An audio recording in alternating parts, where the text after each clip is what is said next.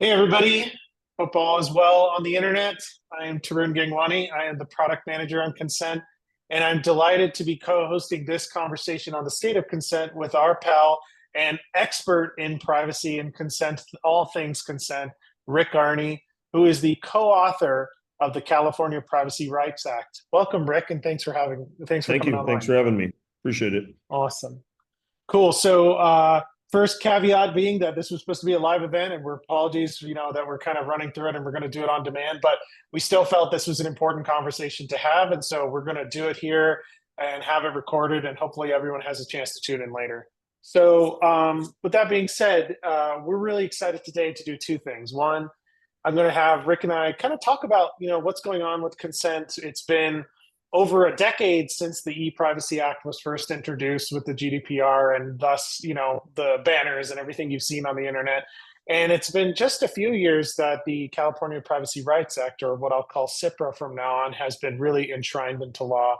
And a lot of the catalysts that led to CPRA was almost in a response to kind of the GDPR and what other countries were doing.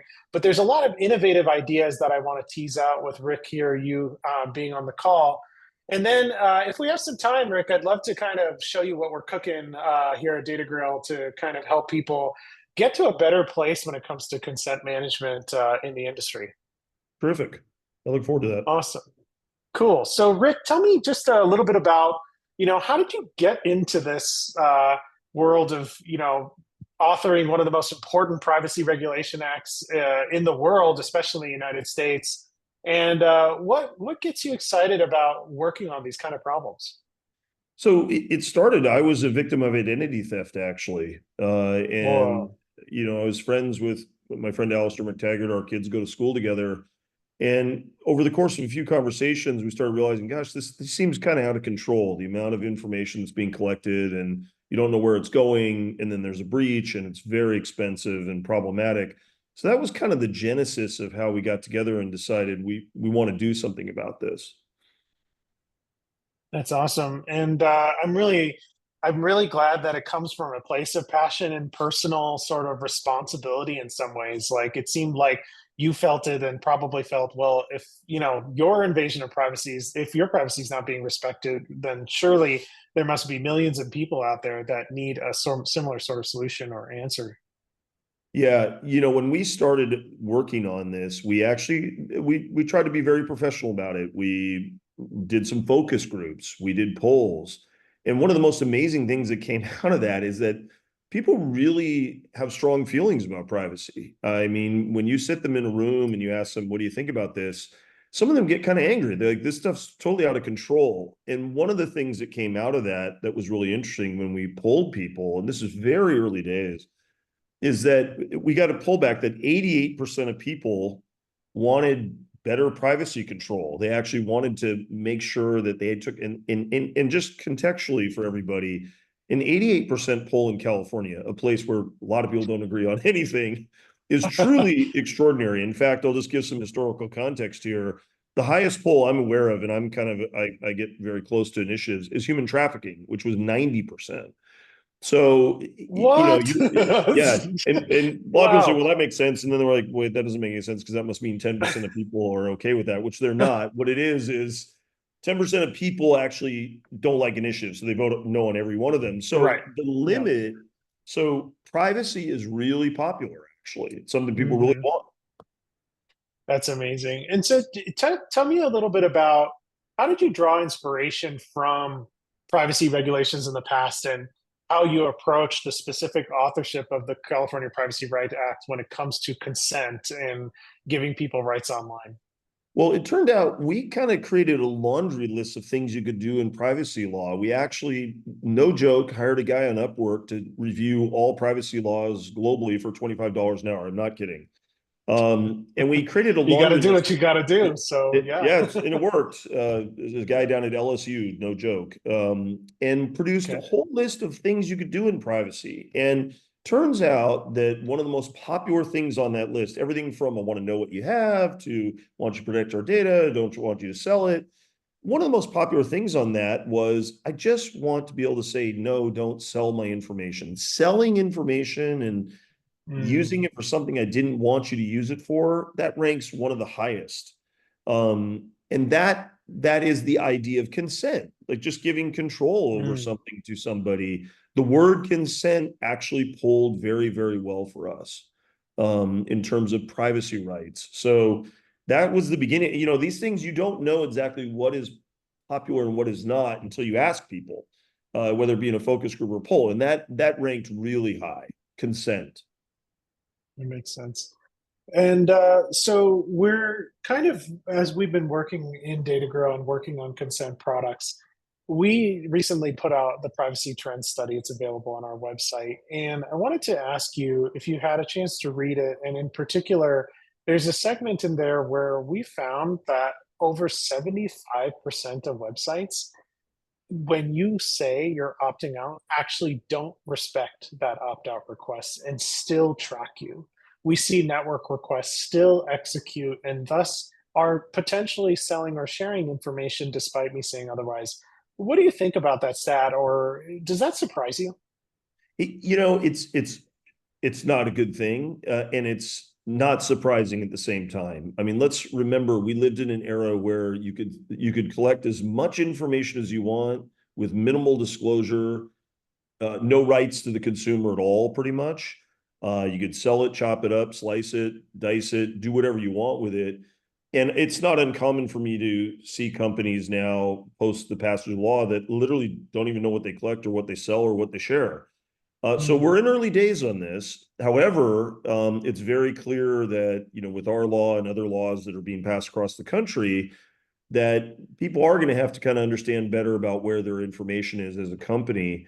And it's not overly burdensome. And frankly, it's very aligned with what consumer wants are. mhm. So this isn't like a negative exercise per se. It's being revealed that privacy is really good business. I mean, people want consumer business people want to do what their consumers want when their customers want. I'm a business person. I'm not some lawmaker. Okay. So Right. people want companies want to do what consumers want. And it's very clear consumers have this value of just wanting to make sure consumers have no problem sharing their information with an entity as long as they understand where it goes and it's not Mhm. being sold without their permission.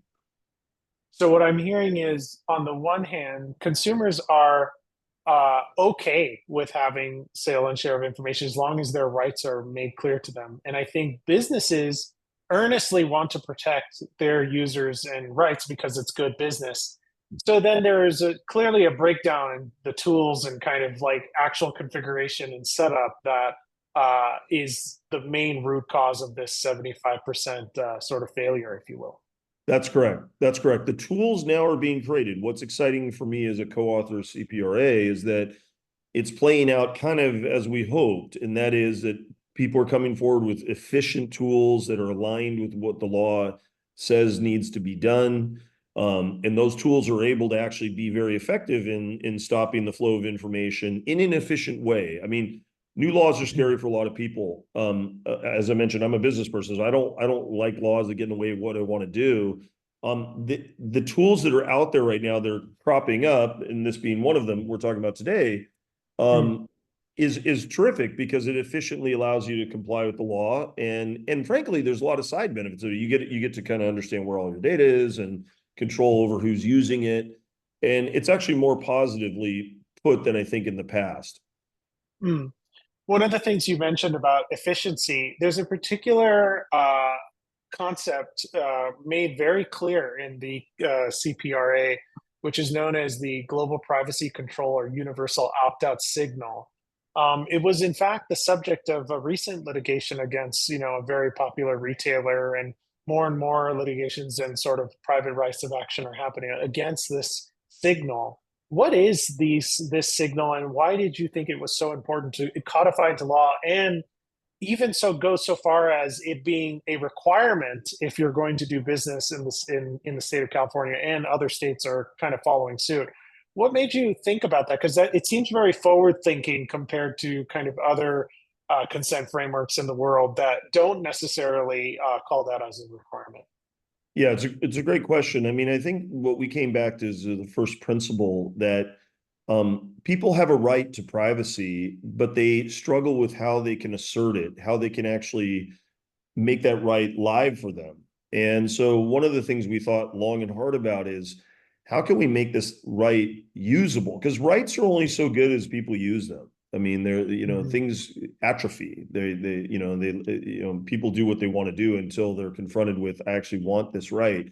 So we wanted to make it easy. And that what gave rise to global privacy control in the sense that I'd like to just be able to communicate via my browser to where I go that my value is I just don't want you sharing or selling the information. And we thought that Mhm. was an elegant, easy way that doesn't require, one of the things that came back very clear in our research was that people just are so tired of this pop-up, that pop-up, asking this question, that question, disclosure pages. I mean, there's that study that said if you were to read every disclosure page for every app on your phone, it would require, I think it's like 400 hours. Like no one reads that stuff, right? So, and that's frustrating to the average consumer. But if you could just program your browser to say, hey, this is what I think and this is what I want, then a lot of people can use it. They can communicate with Right. everyone about what their ideas are very efficiently. So that's what gave rise to it. And I certainly see its adoption as we've been thinking about the space internally at DataGrail. But one of the things I've observed is that when I set the global privacy control signal, I noticed that not all scripts or cookies that are non-essential are blocked or actually handled. It seems that only a subset of them are handled. I'm wondering, and this drifts between consent management platform and Mhm. thus websites that are employing them. What's the stance on this? Or should GPC be thought of as a reject all or only reject some things? What's the take? So the whole idea with this is that when you just stepping back and looking at the theory of it as opposed to the technical aspects of it, Mm, the whole idea is that when a consumer goes to a website and wants to do business with a website, they have a certain expectation that they're going to be doing business with that website and that's it. And that the mhm, representations of the website, of what the website and company are offering that consumer, there's an expectation of a relationship there where it doesn't go beyond that. Like, if you, in the most extreme example, if you're just buying something from a website, you don't expect it to profile you and sell your profile to somebody else that you're then sold a product that has nothing to do with what you just bought. So in theory, the idea is we just wanted to make it so that when I go to a website, I can do business with that, and then that's it. And I no more. mhm, I don't want, and I do have the feeling that part of your website is not profiling people and selling my profile. That's unless you mhm. disclose it and say that's what our business is, and you want to voluntarily do that, great. But most people don't want that. And so the idea of GPC is to strike that balance that we don't want you doing anything other than the business I've asked you to do. And that's the relationship we want with it. So just to reiterate, your kind of stance on it is that if I set the global privacy control signal, only essential cookies are just Yep. or basically the essential functionality of the site fires and Yep. nothing else. That's right. That's right. Because that's what I wanted as a consumer. That's correct. Hmm. Yeah, I And think that makes sense too. Hmm. yeah, and then it's a closed system. Then I know I'm doing business with somebody. I'm happy to share information as long as it's not being tracked, sold, or shared. Then that's what GPC should be doing. And so, again, thinking about the sort of American landscape of businesses that are deciding to adopt consent solutions, what role does like consent have in building data subject or basically their consumers' trust? Like, it could be argued that, well, maybe I don't need it if I'm of a certain size or I have certain ways of working around it. I don't really need the notice appearing on my page, et cetera. Like, and that might all be true according to the CPRA, but what about from the sort of humanistic sort of protecting user privacy stance? Like, how important is that, and how should businesses think about approaching consent solutions, regardless of the law? Yeah, it's a great question because the law does require it for certain sized entities that are trading certain amount of information that have certain amounts of revenue. We can, get beyond that to say, well, do you want to create trust with your customer? And I come back to the popularity of Mm, privacy. This is not something that companies are shoving down consumers' throats. They actually want it. And it's a signal to a consumer if you do have a button that says just don't share and sell my information. It's a signal to a consumer that this is a pro-privacy website. And again, and keying off the fact that this is wildly popular. Come back to the human trafficking example. Like this is ranking up there. So I think, Right. people are going to distinguish, they're going to see sites that don't have this or don't respect the GPC signal.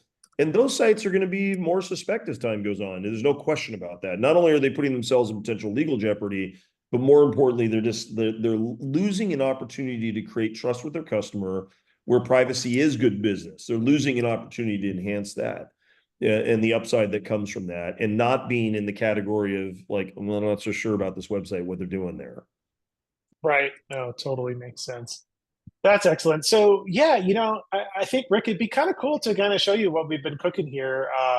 As we've been announcing today, we actually did make generally available a new consent tool that we built in-house in response to some of what we've been seeing in the market and have been talking to various experts like yourself, our customers, and really wanting to hit home the point that the privacy can and should be more than just checking a box and putting a product out there. It actually should build trust and engage customers in a privacy dialogue. And so I would love to just kind of demo it for you live and get your thoughts on what we've been thinking. Like to see it. So I'm going to go ahead and share first my window here, Firefox. So I've got the Firefox browser up and running, and I picked Firefox today for this demo because it actually has built into the experience the ability to send that global privacy control signal, as I mentioned. So I wanted to demonstrate for you on DataGrail's site the ability for our consent solution to respect that privacy right and work behind the scenes, even though I'm not interacting with a banner. So I've got DataGrail up and the site up and running.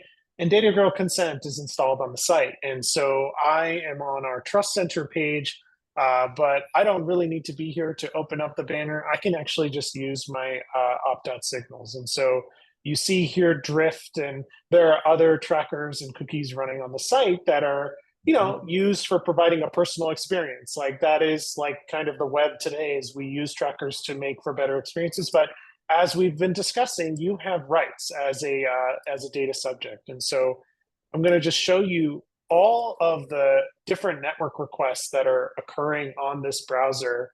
And all of these requests are the result of this chatbot capability that we have on the site Drift. And so as it stands right now, I am browsing the site and I'm having my information shared, and they're taking that information for what they are. I haven't exercised my right. So I'm going to go ahead and use the built-in functionality. So that's available in the privacy settings. And there's actually two options. One is called websites do not sell or share my data, and one is a do not track request. I think as I understand it, Rick, the do not track is kind of similar to GPC. It's just a different standard, right? Yeah, that's correct. So I'm going to go ahead and turn those on, and then I'll go ahead and refresh the page. Wow, look at now. It's gone. Yeah. So not a single network request actually triggered after setting that signal. And that's because DataGrail Consent treats GPC as reject anything that is non-essential to the site. That's terrific. That's amazing. That all that's going on in the background. And then once you invoke GPC, and that basically goes to every website, not just this one, every website I would visit with Firefox, it then goes blank, which now I have visual confirmation that my choice is being respected, and I'm still able to use your website. I mean, this functionality doesn't go away. I just know now that I'm in much more of a closed system, that I've got a pipe to this website and I'm going to interact with them. There's no change to the efficiency of the website or getting what I want or what you want to get to me. And now all that stuff that was put in front of you, you can see all of it there is gone. Right, it's a very exactly. vivid example. Yeah, and I think this is just one way that viewers at home can really see if these things work. Is like I'm not doing anything that a normal consumer couldn't do, and in fact, these are the same sorts of methodologies that the Attorney General and other legal entities across the United States are using to detect if whether or not a consent preference is respected. Is that right? Yeah. So I'll make commentary on this. I mean, this is all good because it's aligned with the consumer, but also be aware that If you're an enforcement agency, whether it be California or I think it's now 13 or 14 other states that have passed privacy laws, this is a quick and easy way to see compliance by website. Mhm. So it's no longer a secret what's going on with some of these websites if you can do this very quick A/B test, essentially, where you go into your Right. own browser and say, I don't want this anymore. And all of a sudden you look over there, and 2 seconds later, if there's still a lot of things there, questions of the enforcer will arise from that. And these laws are going to be enforced. There's already enforcement actions taking place. It's still early days, but Mhm. I wouldn't want to be a company that's you press that button and there's still all this on there, and you got to ask a lot of very uncomfortable questions about why that is. That's a very vivid example. Not only can be used by consumers to see if it works, but enforcement agencies as well. Right, definitely. But so yeah, let's take a look at the actual notice. So I'm back in Chrome now, and I'm Mhm. going to go ahead and load it. And so since I switched browsers, Drift will load and all of that. So we'll use the banner to actually exercise my privacy rights. So here you can see the banner. I've popped it up by clicking on this manage consent preferences. Of course, organizations have the option to put this wherever they want. Oftentimes they'll put it in the footer of the site next to the logo that the CPRA recognizes as a good signal for consumers to know this is where Yep, they there can it is. exercise their rights. Yeah, Yep. and so I'll go ahead and pull up the banner, and you can kind of see it looks and feels like the site, right? I think you might have seen other banner notices that almost feel like an ad that come in front of your Yep. face or have some other vendor logo and stuff like that. But this is tuned and extremely matched to the brand of my site, which I think is important when it comes to building trust with consumers. That's correct. Yeah, I like how it's same look and feel, and it makes it easy to just seamlessly look at it and go, okay, this is just coming from them. I'm going to accept this or decline it. Yeah, And so let's just accept essentials only. yep. And the page refreshes, which, in our research, actually, when we were looking at other consent solutions, they don't even refresh the page. So my consent preference isn't even codified until that happens. And so we instantly trigger a page refresh, and you can see there Drift once again disappearing. We love Drift, by the way. We love the tool. It's a visible example of what happens when you reject something. So, Mhm. yeah. Now, Yeah, this is an all of easy this way to do it. works. An easy way to do it. Yeah, awesome. All of this works behind the scenes because we've built a foundational integration to a tool called Google Tag Manager. Have you heard of Google Tag Manager, Rick? I have. And so Google Tag Manager is used by 90% of the internet. It turns out 90% of businesses use this tool to govern when scripts are injected onto a page based on certain triggers that occur. And the trigger usually for most tags is initialization. Like when you first arrive on the website, go ahead and insert the script because I want to start creating a personalized experience. But what we did is we recognizing that most people use this tool, we built a two-way bidirectional sync of information between Tag Manager and our own consent module. So I'll pull up an example demo here, the actual consent product. And so you can see here it is live in my consent instance, a little example demo site. And if I'll go ahead and make this a little bigger so we can see Very the full realistic. You have a table. tag there from TikTok even. Yeah, So exactly. there we go. Well, and so See, then you can see here, excellent. this is one-to-one with the tags that are available in Tag Manager. So how this works is as soon as you connect with Google Tag Manager using a user that has published access to the what's called container here with all the tags, we sync that information in and instantly pull it in, which allows the privacy manager to just simply set the category for what that tag is. And after making a few other adjustments, including like modifying what those categories are if they so chose and configuring banner text, they can simply click this review and publish button and be off to the races and be compliant. Oh, terrific. Cool. Yeah, and so a couple other things to kind of showcase here is, of course, we have the built-in default categories, and so you have the ability to modify the text as you will, and also you can modify the banner text itself as well, including even modifications to specific wording, like for example, what is essential always on or on continuously or required. you have very, very deep customization options, which again, we thought was important because, businesses, when you deploy consent, incidentally, it kind of sits in between the marketing team who has asks and needs to make it look like the site, the privacy team who's looking to comply with, laws and regulations, and of course, even the end consumer, right? So they are responsible for making a data subject choice, and you needed to make it feel native for them. So we tried to design an experience that balances all those needs. So having the ability to make quick changes and see the banner preview live was something that we had noticed. And in particular, now that you have this, you have the ability to just screenshot this, send this to legal, be like, is this good to go, before actually hitting the go live and publish button.